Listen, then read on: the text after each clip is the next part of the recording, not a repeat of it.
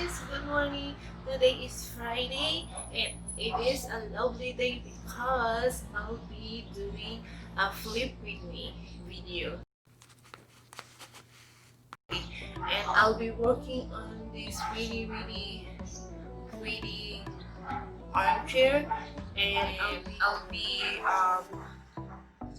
recover it yung bang why can't I say the words?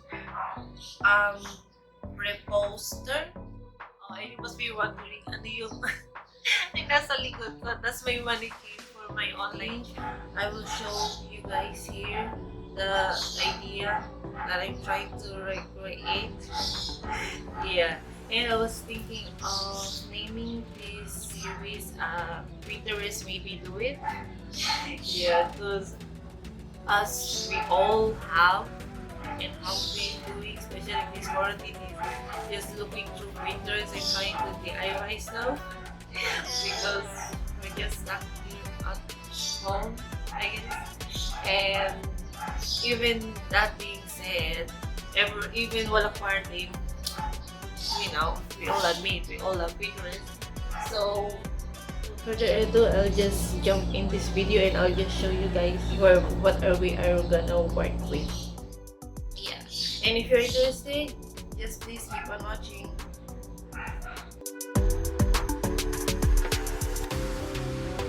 And here is what I'm working with. As you can see, talagang naihibay na yung gusto ko sanang my usual plan is palitan ko siya ng leather na lang and then I'll just change the color. Kaya lang, climate natin sa Pilipinas, it's super hot.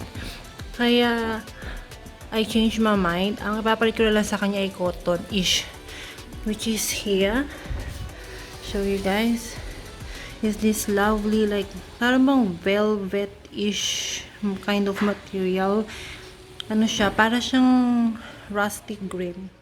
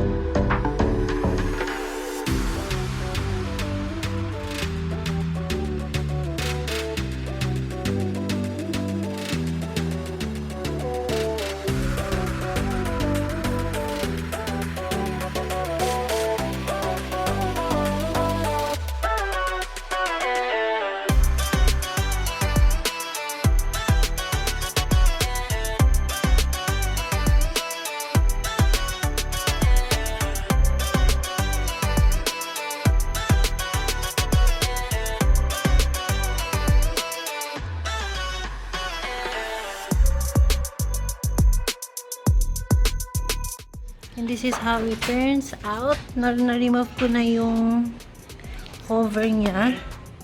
And then I sprayed it with some baking soda.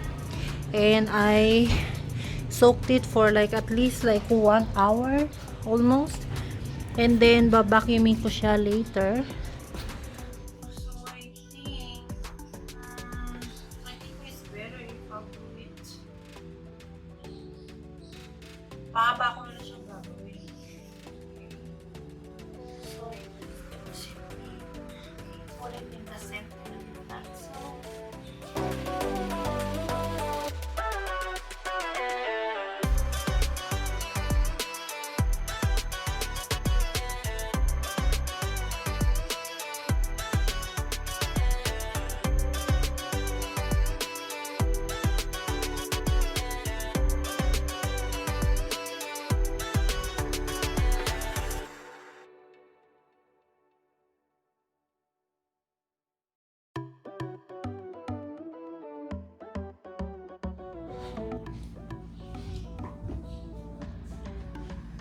And then yung dulo niya, what you guys would do is yung bang para tutupin nyo ng maganda. Yung para bang ika-crunch up nyo ng ganyan. So guys, parang naka-flit siya. Mga tatlo. Tapos, babanatin nyo. As you guys stapler, always banat. Like in this side. Kapag every time when i-stapler ko siya, binabanat ko ng a little bit yung fabric.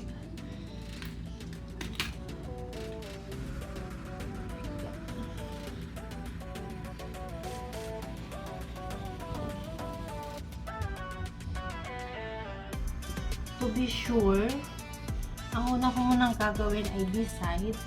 And then, hihilahin nyo. And, huli ko muna yung dito. Ito muna unahin ko. I-stapler yung in the middle. Para to be sure na middle siya. Para yung pag-stapler nyo dito, this side, pantay. Kasi kapag inuna nyo to, baka pagpunta nyo sa dulo, marami pa kayong excess fabric kasi hindi pantay yung pagka-stapler nyo.